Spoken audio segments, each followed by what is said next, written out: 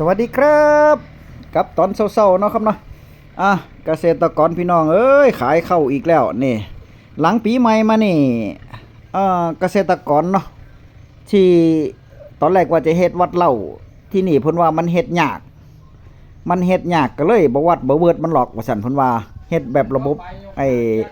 อ่ลงสมัครแอปน่ะแน่แอปของธนาคารธกสเนาะครับเนาะ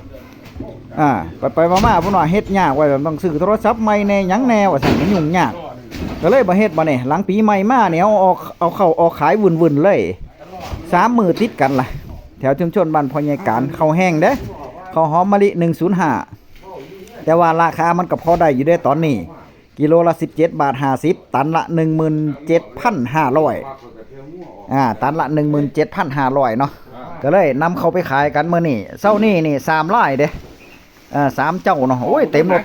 อย่างน้อยก็2ตัน3 2ตัน5ขึ้นละบางคนก็3ตันพุ่นแล้วเอาไปขายนี่พาไปเบิ่งครับพื้นบรรยากาศแถวชุมชนบ้านพญาการตอนเช้าซะก่อน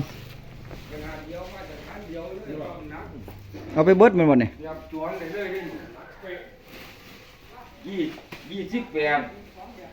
29 โลทั้งหนูทั้งปวกมาขึ้นกินข้าวแสนละ2,100บ่แม่นตันกิโลละ17.50 บาทตังค์ตันละ 17,500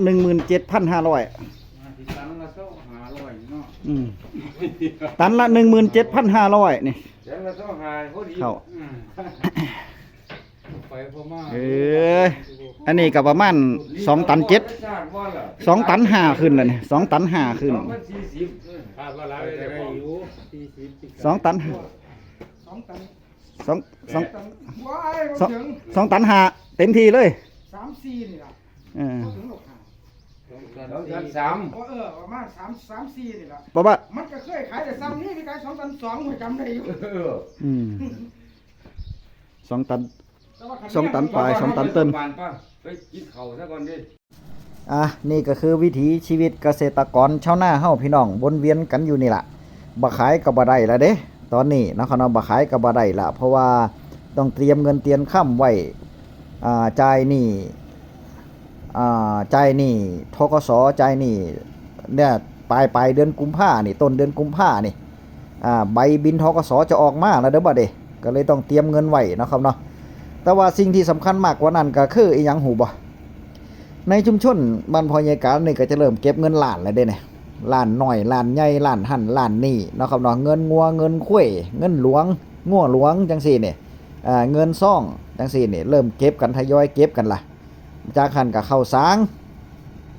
เข้าหลวงเข้าสางที่ไปยืมมากินที่ไปยืมเมื่อวานจังซี่เนี่ยเอาเป็นเมล็ดพันธุ์เข้าแน่หยังแน่เนี่ยถ้าชุมชนบ้านพญาการจะเป็นแบบนี้เนาะครับหลังปีใหม่มาก็เริ่มเก็บแล้วล่ะเพราะฉะนั้นก็เกษตรกรอยู่บ่ได้ล่ะก็เลยต้องขายที่จริงมาเพิ่นจะวัดเหล้ากันได้สู้ปีเพิ่นก็วัดเหล้าเนาะหลายผู้หลายคนในวัดเหล้าแถวบ้านพญาการนี่เอาข้าวแห้งไว้หลายอยู่เด้ตาเข้าไว้เพื่อที่จะชะลอการขายข้าวเขารวมโครงการชะลอการขายข้าวนี่ล่ะเพราะว่ามันจะได้เงินตันละ 1,500 บาทก็ยังดีเนี่ยเลย10 ตันก็ได้เงินมา 15,000 เนาะได้เพิ่มเข้ามาพอใส่ดำรงชีวิตกับครอบครัวแต่ว่าปีนี้มันมีปัญหาว่าบ่มีปัญหาหรอกแต่ว่าเพิ่นให้โครงการชะลอการขายข้าวเพิ่นเฮ็ดใหม่เพิ่นให้เฮ็ดใหม่ให้ลงผ่านแอปของธนาคารธกสลงผ่านโซเชียลในโทรศัพท์นั่นแหละเข้าไปสมัครได้เข้าไปลงทะเบียนได้จังซี่นั่นแหละในชาวนาเกษตรกรชาวนามีปัญหาด้วยตัวของตัวเองนั่นแหละว่ามันมีแต่ผู้เฒ่าพี่น้องอย่าลืมว่าเกษตรกรชาวนาเฮามีแต่ผู้เฒ่าเฮ็ดบ่เป็นบ่นี่ถ้าจะเฮ็ดก็ต้องไปซื้อโทรศัพท์มาใหม่ที่มันมีโซเชียลที่มันเล่นโซเชียลได้ซื้อโทรศัพท์มาแล้วก็ต้องมีซิมมันหลายอย่างหลายอันเดละเนาะไปมาๆเนาะโอ้บ่คุ้มก็เลยว่าคนที่เขารวมโครงการกับคนที่เฮ็ดเป็นแน่ลูกหลานเฮ็ดให้แน่จังซี่ส่วนผู้ที่เฮ็ดบ่เป็นแน่ลูกหลานอยู่ไกลแน่กะนี่เอาเข้าออกขายเบิดล่ะ 2-3 เจ้า3มื้อติดกันแล้วเนาะเอาเข้าไปขายนี่3มื้อติดกันล่ะโอ้ยเป็นตาลู่ตนพี่น้องเกษตรกรชาวนาเฮาคือกันเด้พี่น้องเนาะครับเนาะแต่ว่ายังดีที่ว่าราคาข้าวมันโอเคอยู่ราคาข้าวตอนนี้ตันละ 17,500 บาทแสนละถ้าคิดเป็นแสนแบบคนอีสานเท่ากับแสนละ 2,100 2,100ตกกิโลละ17 บาท 50 ตังค์ตันละ 17,500 แต่ว่าต้องเบิ่งดีๆเด้พี่น้องอันนี้แถวชุมชนบรรพยาการมันมีหลายหม่องดีที่เพิ่นจะไปขายข้าวห้องสีหน่อยห้องสีใหญ่เนาะร้านรับซื้อข้าวมันมีหลายหม่องนี้แต่ว่าแต่ละหม่องพยาการเช็คแล้วราคาบ่ซ้ำกันจักหม่อง2,070ก็มีต่อแสนนะครับแสนนึงก็มี120กิโลราคาบ่ซ้ำกันจักหม่องห้องสีใหญ่ก็อีกราคานึงห้องสีหน่อยก็อีกราคานึงร้านรับซื้อข้าวก็อีกราคานึงแต่ว่าหม่องที่เพิ่นเอาไปขายนี่บ่แม่นห้องสีเป็นร้านรับซื้อข้าวเนาะร้านรับซื้อข้าว 2,100 นี่แสนละ 2,100 นี่เป็นร้านรับซื้อข้าวพี่น้องก็ถือว่ามันได้ราคาสูงกว่าหมู่ได้ราคาสูงกว่าหมู่ก็เลยไปขายพุ่นกันเบิดบัดนี้ตอนนี้นี่เขาก็ทยอยเอาไปขายกันเนาะครับเนาะพอได้เงินได้ค่ำช่วงหลังปีใหม่มาอย่างหน่อยเข้าที่อยู่ในมือหรือว่าที่เอาไปขายอย่างหน่อยก็2 ตัน5ละเกษตรกรชาวนาแถวชุมชนบรรพยาการน่ะมีเข้าอยู่ในมืออย่างหน่อยก็เงินตันละ 17,000 นี่ก็2 ตันก็ 30,000 พุ่นแล้วเนาะ30,000 ปลายพุ่นแล้วถ้า2 ตันถ้า3 ตันก็ 40,000 50,000 ล่ะเพราะฉะนั้นก็เลยทยอยเอาไปขายกันบัดนี้เข้าก็เป็นราคาอยู่ตอนนี้นี่ก็ถือว่าเข้าราคาสูงเติบอยู่เนาะครับเนาะเป็นที่น่าพอใจอยู่เป็นที่น่าพอใจอยู่เกษตรกรชาวนาก็เป็นที่น่าพอใจอยู่ที่นี่พยาการจะตอบคอมเมนต์ในส่วนของเรื่องกองทุนฟื้นฟูด้วยพี่น้องเด้อกองทุนฟื้นฟูนี่บางคนถามว่าจะไปเข้าอยู่ไสจะไปเข้าหม่องไหนมันมีหม่องใดพยาการว่าซั่นเพิ่นว่าสอบถามมาเนาะว่ากองทุนฟื้นฟูนี่มันอยู่หม่องใดมันมีทุกจังหวัดบ่อันนี้พยาการตอบชัดเจนเลยเด้อพี่น้องเด้อกองทุนฟื้นฟูมันจะอยู่ที่สำนักงานสารกลางหรือว่าจังหวัดเฮานี่หรือว่าอำเภอเฮานี่พี่น้องมันจะมีทุกจังหวัดเด้อพี่น้องเด้อถ้าเข้าไปบันทึกก็ไปถามในส่วนของเกษตรเฮานี่ก็ได้นะครับเกษตรเฮานี่ก็ได้ว่ากองทุนฟื้นฟูนี่บ้านเฮามีบ่หรือว่าเข้าไปในอินเทอร์เน็ตพี่น้องค้นหาคำว่ากองทุนฟื้นฟูจังหวัดของเฮาเนาะครับเนาะพิมพ์จังหวัดเฮาลงไปว่ามันก็จะขึ้นว่าจังหวัดนี้มันอยู่หม่องใดหม่องใดหรือว่าอำเภอมีบ่อำเภอก็น่าจะมีเพราะว่าของพยาการนี่อยู่เขตอำเภอเมืองอยู่เขตอำเภอเมืองจังหวัดอำนาจเจริญนะครับเนาะเพราะว่ามื้อที่เพิ่นประชุมกองทุนฟื้นฟูประจำปีนี่อยู่ที่ศูนย์สาธิตกองทุนฟื้นฟูเพิ่นก็มาในชุมชนบ้านพยาการเนาะครับเนาะมาในชุมชนหัวหน้าส่วนเพิ่นก็มาเนี่ยนะหัวหน้าส่วนราชการหรือว่าหัวหน้าสำนักงานกองทุนฟื้นฟูจังหวัดอำนาจเจริญเพิ่นก็มาเว้าเพิ่นก็มาบอกอยู่เนาะครับเนาะมีทุกจังหวัดเด้อพี่น้องเด้อแต่ว่าที่จริงมามันบ่แม่นว่าหน่วยงานนี้ตั้งขึ้นมาใหม่เด้มันมีมาโดนแล้วเนาะครับเนาะมันเพิ่งจะมาหูจักหรือว่าเพิ่งจะมาบุมมาดังกันช่วงนี้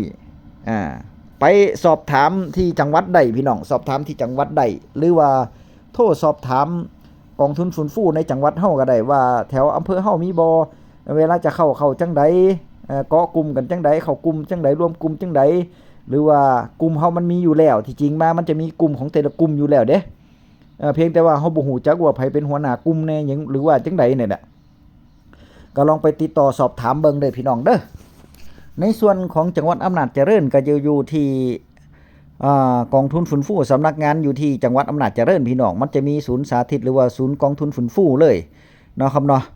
มีหัวหน้าภาคส่วนเพิ่นแต่ว่าส่วนมากแถวชุมชนบรรพยาการเพิ่นจะบ่ได้เข้าไปเพิ่นจะไปรวมตัวรวมกลุ่มกันไผเป็นหัวหน้ากลุ่มหมู่บ้านนี่มีคนเป็นหัวหน้ากลุ่มอยู่จังซี่เนี่ยตำบลนี่มีไผเป็นหัวหน้ากลุ่มจังซี่นี่พี่น้องส่วนมากจะเป็นระดับตำบลเด้อที่จะเข้านะแล้วก็หัวหน้ากลุ่มเพิ่นก็จะหาสมาชิกหรือว่าลูกค้าอยู่เด้หาสมาชิกที่เกษตรกรที่เป็นหนี้ที่บ่สามารถ จ่ายชำระหนี้ได้แล้วก็เป็นหนี้เสียจังซี่นี่แหละไผจะเข้าร่วมกลุ่มก็มาเข้าจังซี่พี่น้องแต่ว่าการเข้ากลุ่มมันก็ขึ้นอยู่กับของแต่ละกลุ่มเด้บางกลุ่มก็เสียเงินน้อยบางกลุ่มก็เสียเงินหลายถามว่าเสียเงินบ่เสียเด้พี่น้องเสียเงินอยู่เด้เวลาเข้ากลุ่มเนาะครับเนาะอย่างแถวชุมชนมันพญาการก็เห็นนี่ก็มีอยู่ 2-3 กลุ่มแต่ว่าบางกลุ่มก็เก็บในการเข้าหลายบางกลุ่มก็เก็บในส่วนการเข้าก็น้อยเนาะครับเนาะอย่างที่พญาการได้สอบถามนี่มีอยู่กลุ่มหนึ่งที่เพิ่นเก็บอยู่ก็คือเข้าไม่ค่าดำเนินการค่าเอกสารของเฮานี่ล่ะเพราะมันจะยากกับเพิ่นมันก็ต้องมีค่าใช้จ่ายแม่นบ่เพิ่นจะเก็บอยู่ประมาณ 1,300 บาทจังซี่นี่ก็เข้ากลุ่มได้แล้วก็สามารถที่เอาเอกสารเอาหยังไปเพิ่นก็จะส่งเข้าไปเข้ากองทุนฟื้นฟูเนาะให้เข้าค่ายซะก่อนให้เข้าค่ายก็คือเฮาต้องผิดนัดชำระหนี้หรือว่าผิดนัดชำระหนี้ของธกสซะก่อน1งวดเป็นต้นไปขึ้นไปจังซี่นี่แล้วก็ไผที่เป็นหนี้ก็คือหนี้ตัวนี้ก็คือสามารถเข้ากองทุนฟื้นฟูได้ตั้งแต่ 100,000 ถึง 5 ล้านบาทเด้อพี่น้องเด้อยอดจำนวนเงินที่สามารถเข้าร่วมของโครงการฟื้นฟูได้ก็คือ 100,000 ถึง 5 ล้านบาทเด้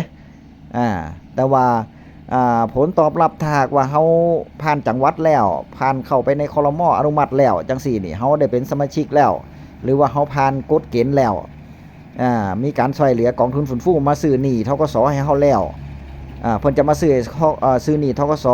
จะเฮ็ดสัญญาใหม่ก็คือเพิ่นจะมาซื้อหนี้เฮามีหนี้อยู่1ล้านเพิ่นจะซื้อเฮา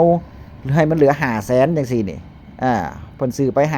500,000เฮาต้องไปจ่ายหนี้ที่มันค้างไว้อีก 500,000 เด้พี่น้องแต่ว่าจะบ่มีดอกมีดวงมีหยังแล้วดอกมันมีก็มีถูกจังซี่นี่พี่น้องเพิ่นจะปรับโครงสร้างหนี้ใหม่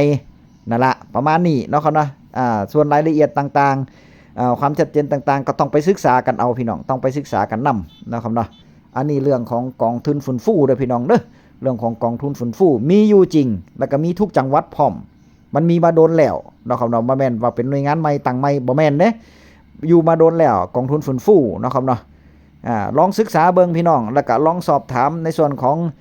จังหวัดเบิ่งนะครับนะหรือว่าอำเภอหรือว่ากลุ่มเฮาที่จริงมันมีไผเข้าบ่หรือว่ามีบ่จังซี่นี่ลองสอบถามเบิ่งเด้อพี่น้องเด้ออันนี้ถือว่าเป็นข่าวดีเนาะครับเนาะแล้วก็ในส่วนของเรื่องราคาข้าวตอนนี้แถวชุมชนบ้านพญาการของหอมมะลิ105ที่ไปออกขายกันลืมตอนนี้ก็คือกิโลละ17.50 บาทตันละ 17,500 บาทถ้วนเอาเพิ่นจะมีค่าเหยียบเบรกค่าหยังให้กับโชเฟอร์อยู่ดอกเนาะครับเนาะอันนั้นก็ว่ากันไปเด้อพี่น้องเด้อบ่ได้ว่ากันเนาะครับเนาะเพราะเพิ่นก็หาเงินรับจ้างคือกันเป็นเรื่องของเพิ่นคลิปหน้าพอกันไหมพี่น้องด้วยความปรารถนาดีจากพญาการคือเก่ามีข้อมูลที่ยังบ่ทันได้มันคาใจหรือว่ายังบ่ทันได้ชัดเจนจังซี่ก็คอมเมนต์มาสอบถามกันได้เนาะครับเนาะพญาการตอบได้ก็จะตอบให้แต่ว่าช่วงนี้พญาการจะยากจักหน่อยอยู่เด้อพอแล่นงานในส่วนของวิธีเครื่องเสียงในหยังแน่นี่นะก็เลยบ่ค่อยได้ตอบคอมเมนต์เท่าใดเนาะครับเนาะเดี๋ยวพญาการจะหาเวลาตอบให้เจอกันใหม่คลิปหน้าคลิปนี้สวัสดีครับ